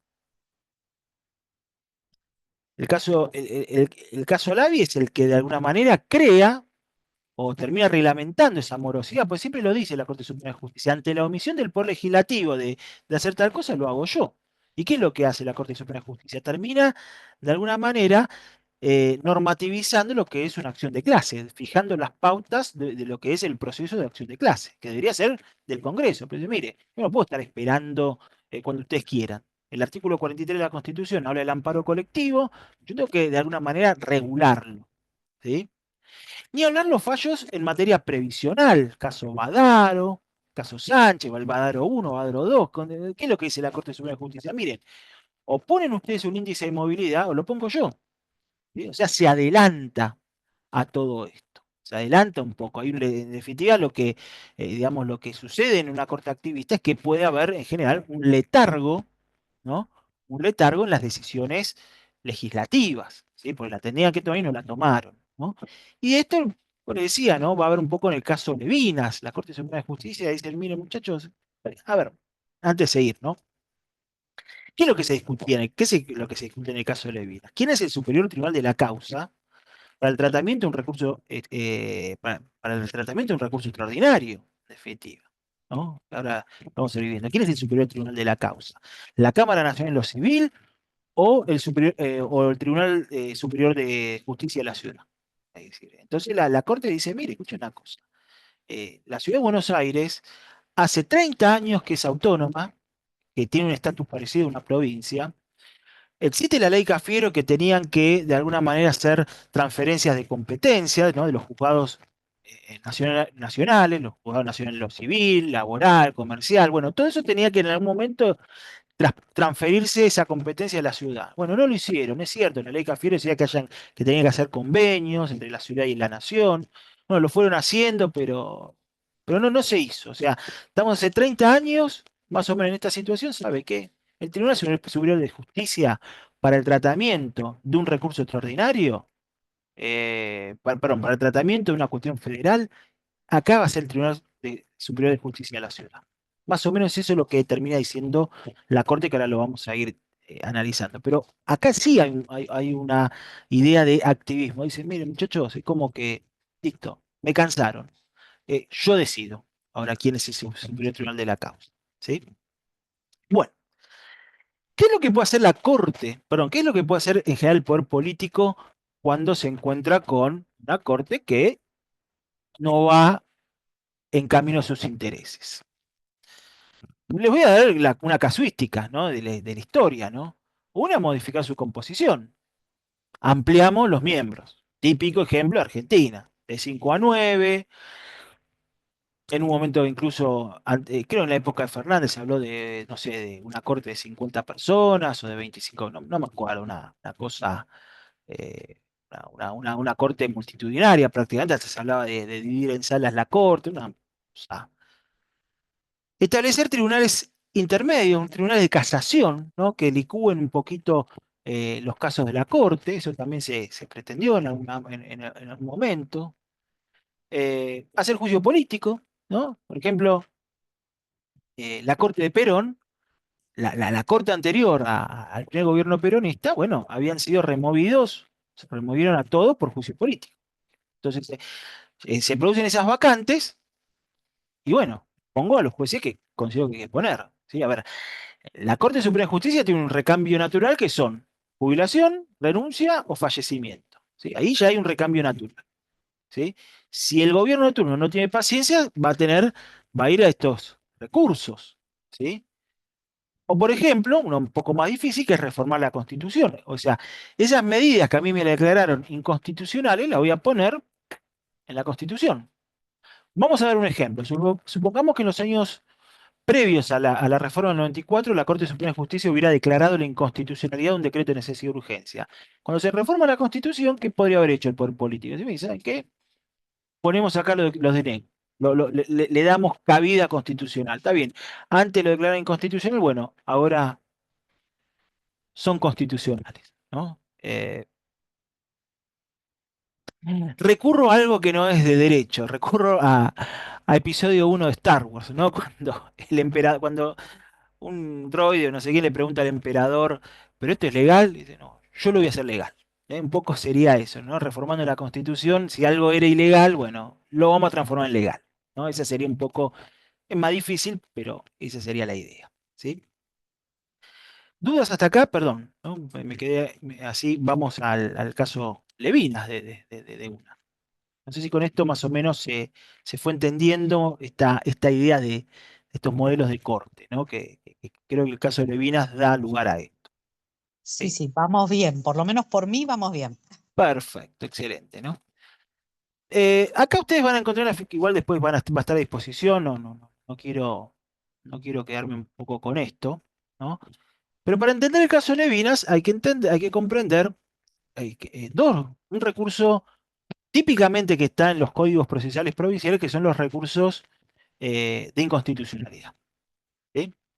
El recurso de inconstitucionalidad está regulado en todos los procedimientos provinciales, distinta redacción, pero más o menos son todos parecidos. Por supuesto, es muy parecido al recurso extraordinario federal, ¿sí? Tiene que haber sentencia definitiva, tiene que haber sido un tribunal de Tribunal Superior de la causa, ya sea última o única instancia, y llega a una controversia, ¿no? Por ejemplo, la interpretación de la Constitución provincial. Fíjense que acá, al ser provincial, y vamos a dejar de fuera de lado las cuestiones federales, pero las cuestiones federales van a ser objeto de recurso extraordinario federal. Aunque algunos recursos, lo que yo vi en algunos códigos procesales de la provincia, que mezclan un poquito, que integran todo esto, ¿no? Pero, ¿qué es lo que va a estar en juego un recurso de inconstitucionalidad? La interpretación de una constitución de la provincia. Ahora, la interpretación de la constitución de una provincia no es una cuestión federal, porque saben que las cuestiones la interpretación de normas provinciales no suscita cuestión federal, pero sí puede ser cuestión para lo que es un recurso de inconstitucionalidad, un decreto, del gobernador, por ejemplo, una ordenanza, una ley provincial que choque contra la constitución de la provincia. Posiblemente el abogado, si se encuentra frente a un caso así, dirá, bueno, esta ley, además de chocar contra la constitución de la provincia, choca contra la constitución nacional, con lo cual no solamente hay una cuestión para ir como recurso de inconstitucionalidad, sino también hay un recurso, pero una cuestión federal compleja, ¿sí? Una cuestión federal compleja. Porque una ley provincial, supongamos una ley de tránsito, puede chocar contra la Constitución. Y no solamente suscitar un recurso de inconstitucionalidad que es provincial, sino también una cuestión federal al mismo tiempo, ¿no? Digamos, este es un poquito, me parece a mí cómo se estructuran en general los recursos de inconstitucionalidad. Y en la provincia de en la ciudad de Buenos Aires, perdón, está regulado el recurso de inconstitucionalidad, que es un recurso extraordinario, dicho sea de paso. Y acá es donde viene el problema. Acá está la redacción, ¿no? Dice, el recurso de inconstitucionalidad se interpone contra la sentencia definitiva del Tribunal Superior de la Causa, perfecto, está acá, emitida por los tribunales de la Ciudad de Buenos Aires o los integrantes de la Justicia Nacional de la capital. Acá es donde nace el conflicto, ¿sí? Acá es el nudo para entender esto. Yo voy a obviar el tema este de la Ciudad de Buenos Aires, pues quizá lo podamos charlar, ¿no? Pero me voy a centrar en esto. El caso Levinas, en definitiva el conflicto, pasa por este lado. Es decir, ¿cómo es el caso Levinas? Vamos a hacer un esquema, digamos, procesal, si se quiere. Levinas era demandado, lo demanda, creo, la familia Ferrari contra Levinas, tema de rendición de cuentas, indemnización por daños, reintegro de suma de dinero, o sea, cuestiones bien de derecho común. Acá no hay ninguna cuestión federal, nada, ningún tipo de cuestión federal.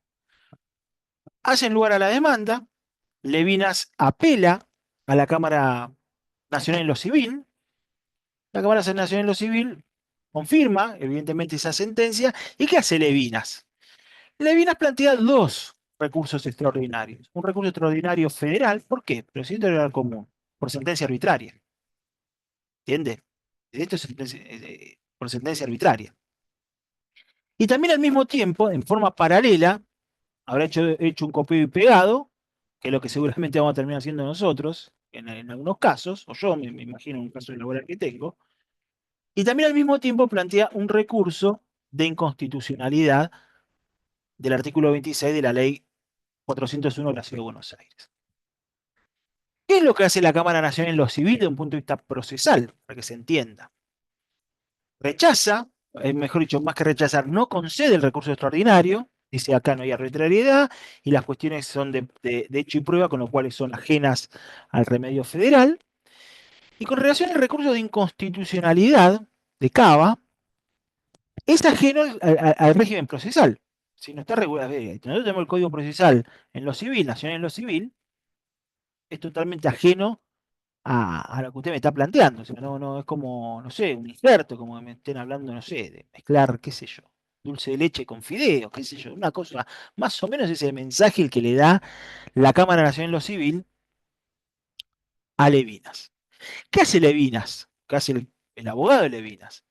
Ante eso, va en queja ante el Superior Tribunal de Justicia, ¿no? Ante el Superior Tribunal de Justicia de la ciudad. Va en queja. ¿Qué hace el Tribunal Superior de Justicia? Acepta la queja. No solamente acepta la queja, sino que le envía un oficio. ¿Se entiende, no? El vericueto procesal. ¿No? Quiero hacer que se entienda esto. Acepta la queja y le envía un oficio a la Cámara Nacional de lo Civil diciendo que van a tratar ese recurso. ¿Qué es lo que hace la Cámara Nacional de lo Civil? Dice, no, de ninguna manera. ¿Qué está haciendo? Está loco, digamos, lo que está haciendo. ¿No? Está mal, digamos. Está mal, está pésimo. Lo que usted está haciendo no corresponde. Entonces, ¿qué es lo que hace el Tribunal Superior de Justicia de la ciudad? Dirime, pues, en definitiva es un conflicto de competencia lo que se está suscitando, envía el caso, consulta, envía el caso a la Corte Suprema de Justicia. Desde un punto de vista procesal, hay vericuetos acá, pero desde un punto de vista técnico no genera mayor mayor, me parece a mí, problema. ¿Sí? Yo creo que la Corte Suprema de Justicia, en este caso, hay una cuestión muy interesante, hay una mayoría y hay una minoría, con lo cual, evidentemente, ambos, hay jueces que dicen que sí, y hay un juez que dice que no, y los dos, y todos los votos están muy bien fundamentados. Si no es que Rosenkrantz, la disidencia, dice cualquier cosa, no. El voto de Rosenkrantz está muy bien fundado también. Pero también me parece a mí, yo adhiero más a la mayoría. La mayoría de la Corte, en este caso, ¿qué es lo que dice? Mire, he hecho una cosa, un poco lo que le dije antes. Pasaron 30 años de la reforma del 94 que le dio autonomía a la Ciudad de Buenos Aires. Nosotros dijimos ya que la Ciudad de Buenos Aires es un sujeto parecido a una provincia, ¿no? Es, lo más, es semejante a una provincia, ¿no? Es un sujeto de la coparticipación federal, competencia originaria si la ciudad demanda a la nación, por ejemplo. O sea, asimiló la Corte Suprema de Justicia a la ciudad a una provincia. Y en definitiva, si hay una cuestión federal planteada en una causa, la cuestión federal, ¿no? Fíjense, hablamos de cuestión federal, tiene que intervenir en el ámbito provincial todos los órganos judiciales que tengan competencia al respecto. Y el Tribunal Superior de Justicia tiene competencia para el tratamiento de esa cuestión federal que se haya planteado en el caso Levinas. Desconozco cuál habrá sido, yo supongo que habrá ido más por la sentencia arbitraria que por otra cosa, posiblemente. No sé, no conozco ese detalle, pero lo que le está diciendo la Corte Suprema de Justicia es, mire, usted no podemos soslayar el Tribunal Superior de Justicia, de ninguna manera. ¿Y por qué digo que este fallo es activista? Porque en muchas ocasiones dice, miren, porque no es que la Corte Suprema de Justicia el último día de diciembre se le ocurrió decir, saco este fallo. La Corte Suprema de Justicia le dice, ¿no? Porque sabía que se iba a armar un maremoto, todo. Entonces, mire, nosotros en el año 2015 le estamos diciendo al poder político es que los tribunales ordinarios de la Ciudad de Buenos Aires tienen carácter transitorio. Ustedes recuerden que esto es un resabio de lo que era la vieja municipalidad de la Ciudad de Buenos Aires. Quedaron ahí como jueces nacionales, pero no son federales. ¿Sí? Entonces lo que le está diciendo, tiene un carácter transitorio, tiene que haber convenios. De hecho, hubieron convenios de transferencia de competencias de la nación a la ciudad. Tiene que ser plena, lo que está diciendo la Corte es esto. Mire, nosotros en el 2015 le exhortamos a que tomen medidas. No nos dieron bolilla.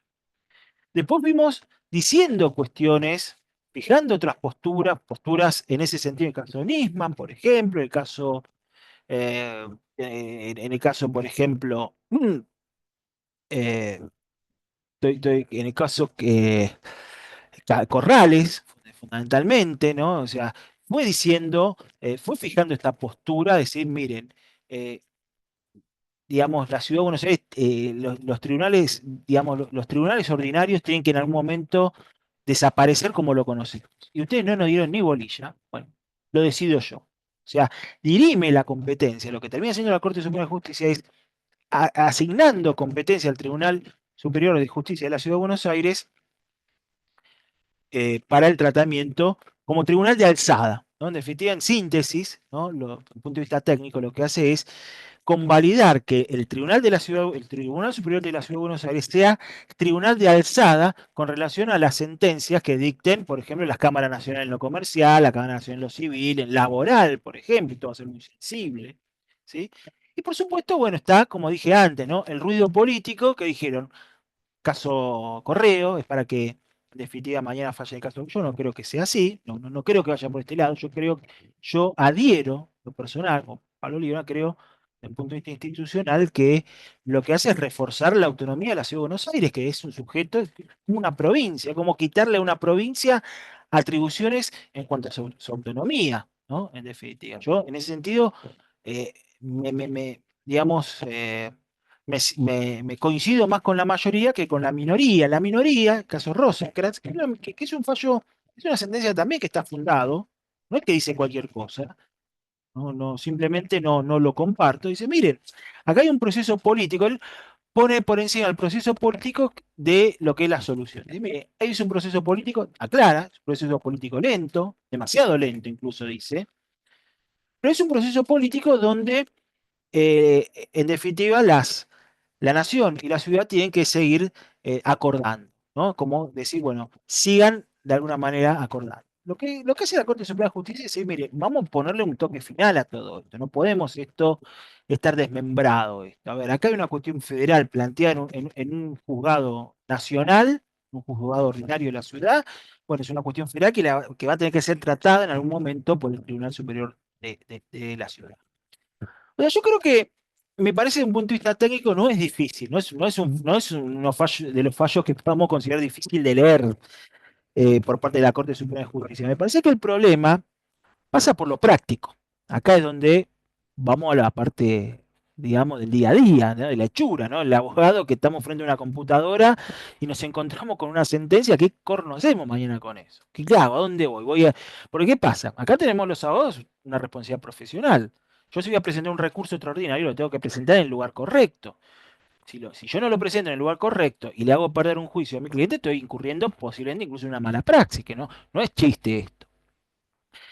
Entonces, acá empezó, por supuesto, cuando se dicta este fallo, el Colegio Público de Abogados empezó también a decir lo suyo, especialmente el Colegio Público de Abogados de la Capital Federal, empezó un poquito, digamos, a tener reuniones con el Tribunal de Justicia, Superior de Justicia para ver cómo se implementaba, que la verdad la implementación no es difícil, porque en realidad yo litigo en los tribunales de la Ciudad de Buenos Aires, no es algo difícil de compatibilizar ambos sistemas, porque es cierto, son dos sistemas informáticos distintos, el Lex 100 y el sistema informático de la Ciudad de Buenos Aires, pero en realidad el sistema informático de la provincia de Buenos Aires es distinto al Lex 100, o sea, no es una excusa. Yo creo que un poco el colegio, para mí, ¿no? En mi opinión, el colegio público me parece que exageró un poco esta problemática, porque no es tan... A ver, para el abogado, insisto, de a pie, el abogado que tiene que redactar y se encuentra, vamos a suponer lo siguiente, ¿no? Yo me encuentro con, mañana me va a pasar seguramente, ¿no? Una sentencia de la Cámara Laboral, ¿no? Que establece una condena dineraria exorbitante a mi cliente, ¿no? Que la deuda era de 10.000 y pasó a ser en 10 años a 50 millones. O sea, pasamos de 10.000 a 50 millones. No entiendo esto. Sé que la Corte Suprema de Justicia fijó una postura al respecto. El año pasado, el anteaño, fijó una postura. Ahí no hubo problema. Pero yo me encuentro con este fallo, el fallo de Levinas. ¿Qué hago? Y yo haría como hizo Levinas. Meto un recurso extraordinario y meto también un recurso extraordinario de inconstitucionalidad. Meto los dos y total la redacción va a ser la misma, en definitiva. No va a haber inconveniente. Es decir, esto es inconstitucional, etcétera, etcétera, etcétera. Es una cuestión federal, es arbitrario, porque es la única cuestión federal que yo puedo echar en un laboral, por ejemplo, que es derecho común, que es ajeno a la cuestión federal en principio. O sea, desde un punto de vista técnico, el único consejo, ¿no? que puedo hacer, que es con lo que yo me voy a encontrar, es más, el recurso de inconstitucionalidad, en definitiva, es un recurso más sencillo, no tiene toda esta formalidad de lo que es un recurso extraordinario, de los 26 renglones, de la carátula, de que no puede exceder 50 hojas, o 36, no importa ahora, no puede exceder determinada cantidad de hojas. Es decir, el recurso de inconstitucionalidad no es un recurso difícil en cuanto, digamos, recaudos a tener en cuenta. O sea, eh, no genera, digamos, para mí, dificultades desde el operativo. El operativo, creo que al abogado no le genera ningún tipo de dificultad. Lo único que tiene que hacer es, hasta que esto se resuelva, hasta que haya un criterio unificado, hasta que haya un criterio más, de alguna manera, más pacífico, ¿no? Porque ¿qué pasa? Los jueces, los camaristas, siguen rechazando, pues rechazan actualmente este fallo.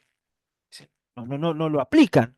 Entonces, hasta que se calmen un poco las aguas y el abogado no tenga dolores de cabeza, lo más lógico es leer el caso de Levinas, por supuesto, pero hacer lo que hizo el abogado de Levinas, presentar, nos guste o no nos guste, los dos recursos extraordinarios.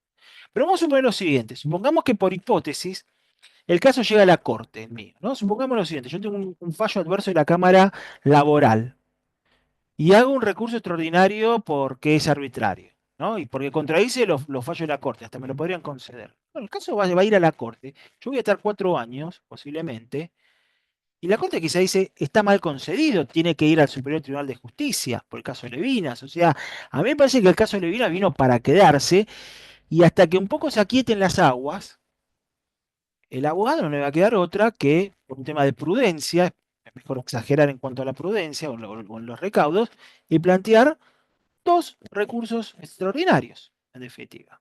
Que creo es un poco lo que yo quería, digamos, llegar, ¿no? Quería yo un poco también, por supuesto, mechar lo que es la parte práctica, que me parece, insisto, no tiene que generar mucha complejidad, no tiene que generar mucha preocupación.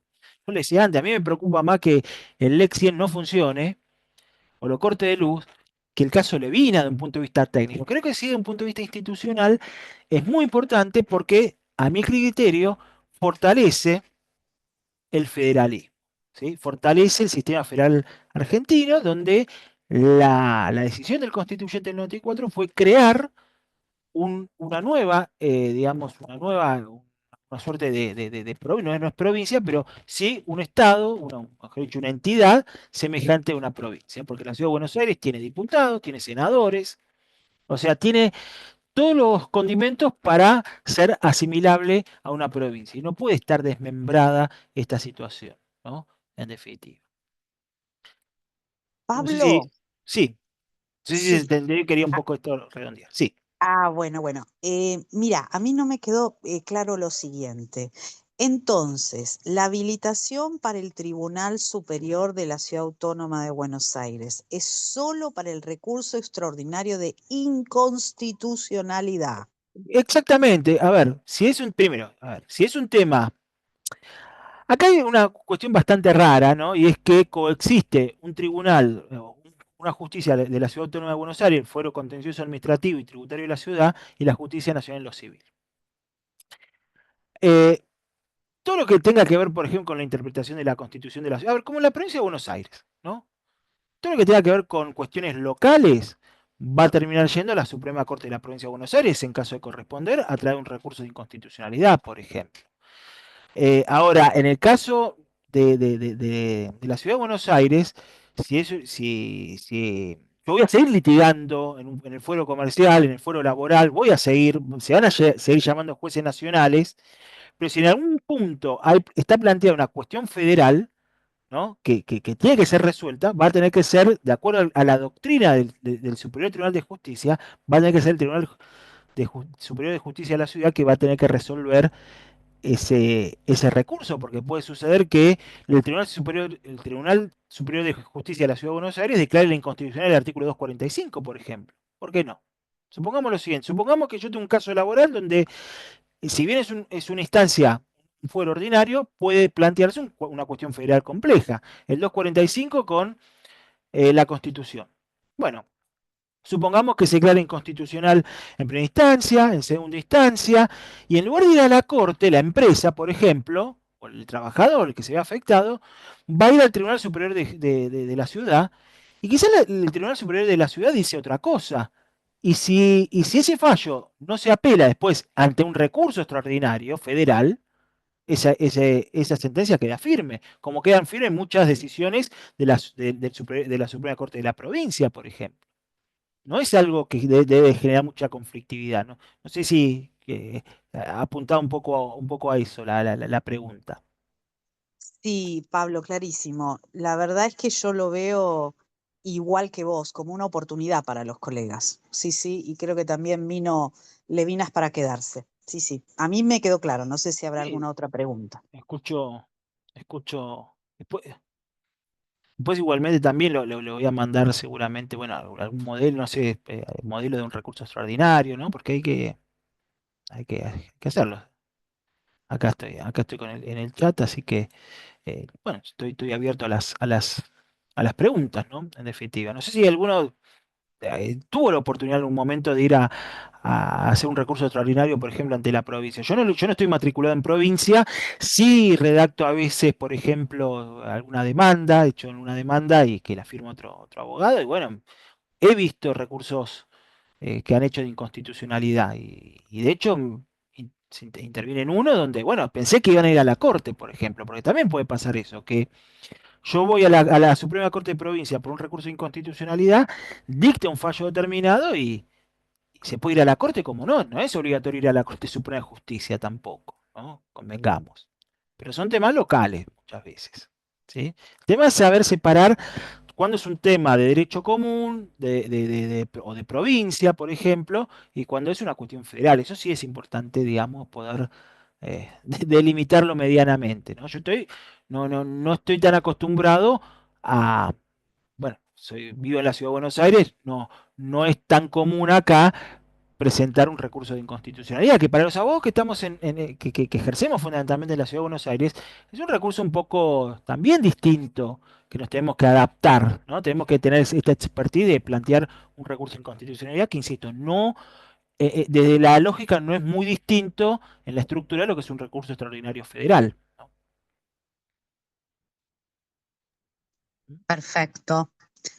Bueno, ahí hay, no sé si preguntas en el chat o las colegas que están conectadas, las y los colegas.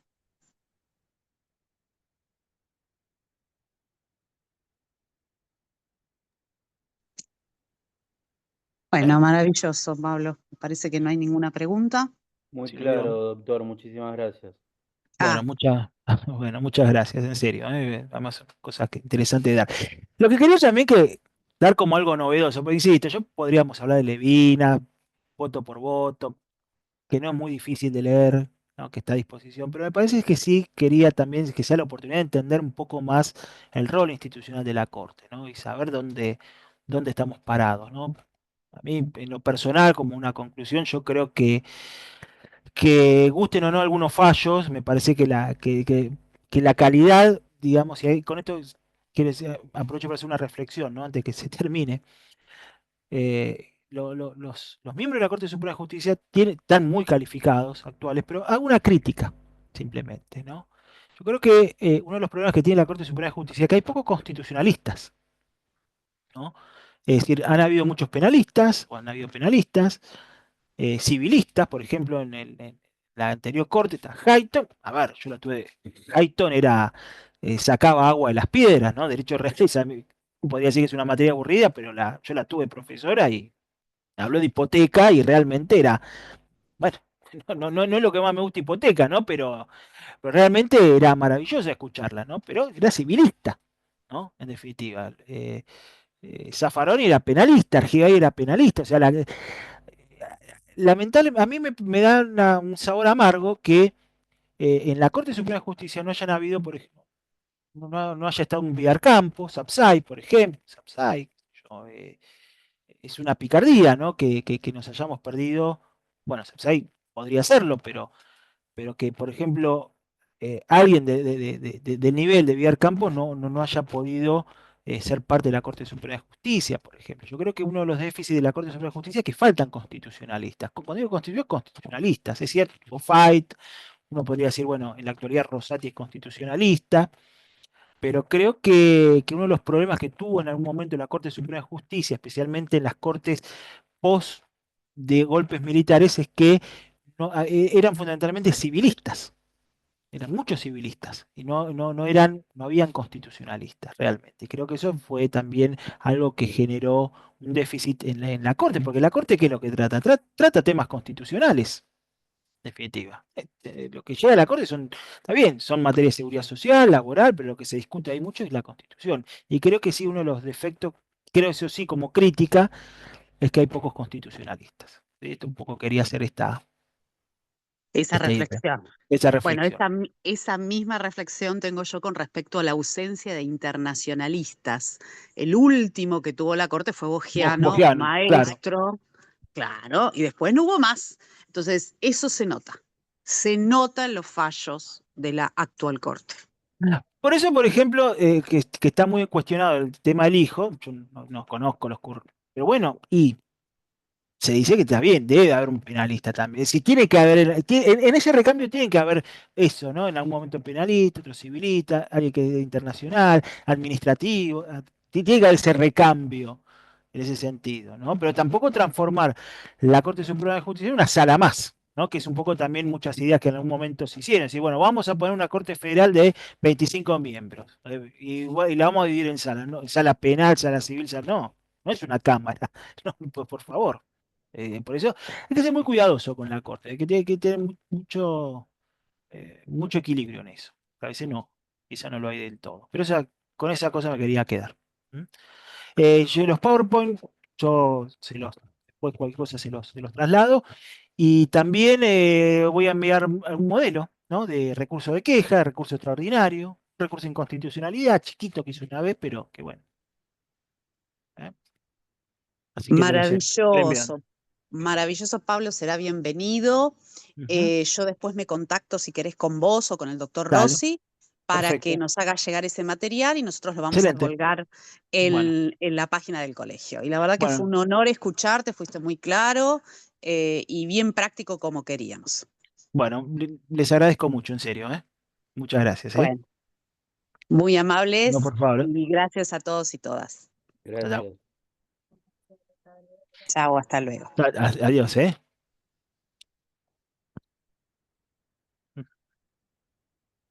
Esta, tic.